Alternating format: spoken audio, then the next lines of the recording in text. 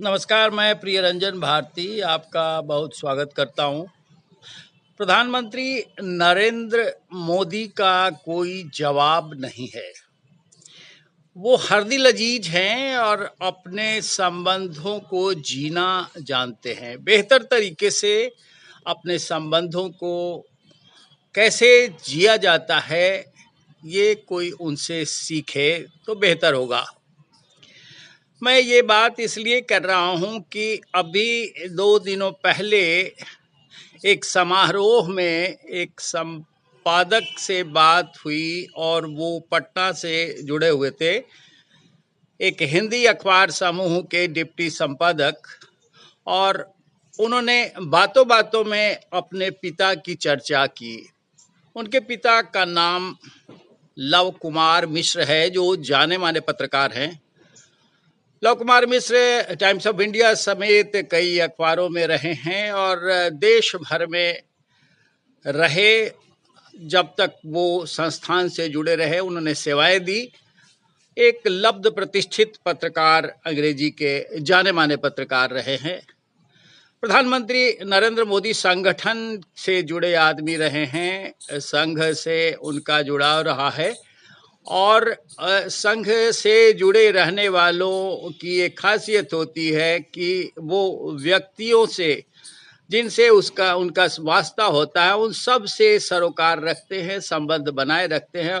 और ख़ास करके मीडिया जगत के लोगों से तो उनकी खास पहचान बनती है और उस रिश्ते को वो बनाए रखते हैं ताकि आगे उनकी गतिविधियों को और जो कार्य वो कर रहे हैं उसको जनता तक अग्रसारित करने में बेहतर भूमिका ये पत्रकार निभा सकें।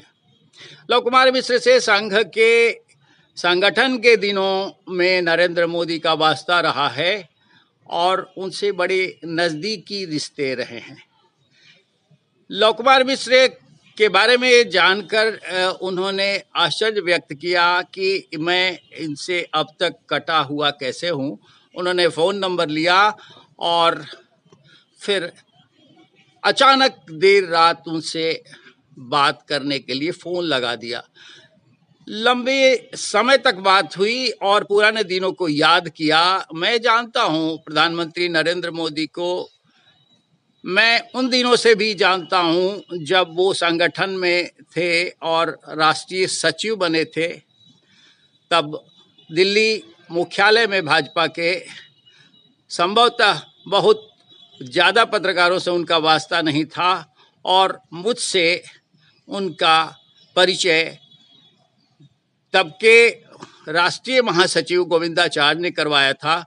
और मैं नरेंद्र मोदी जी से मीडिया का इंटरेक्शन कराने से नहीं चूकता था। वो मेरे साथ भी बड़े नज़दीक से मिलते थे और सारी बातें साझा करते थे।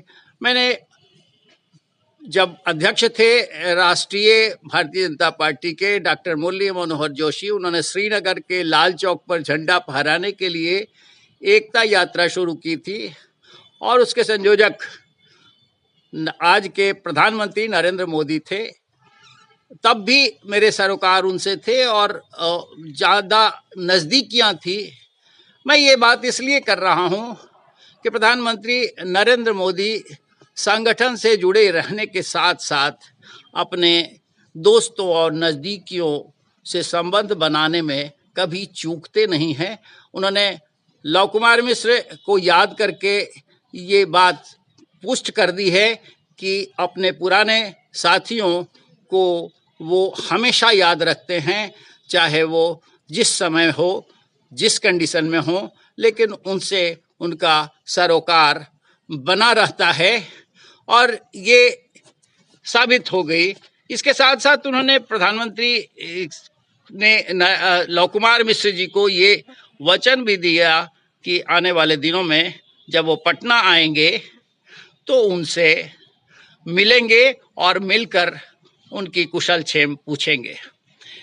ये इसलिए बहुत महत्वपूर्ण है कि प्रधानमंत्री के ये विशेष गुण ही उनको जनता से कनेक्ट करता है और जनता के दिलों के अजीज इसीलिए हैं, जनता इसीलिए उनकी दीवानगी है कि उनमें लोगों से कनेक्ट करने के, लोगों से सरोकार बनाए रखने के गुण हैं और इस गुण के कारण ही जनता उनमें बहुत कुछ देखती है और उनके दीवानी है।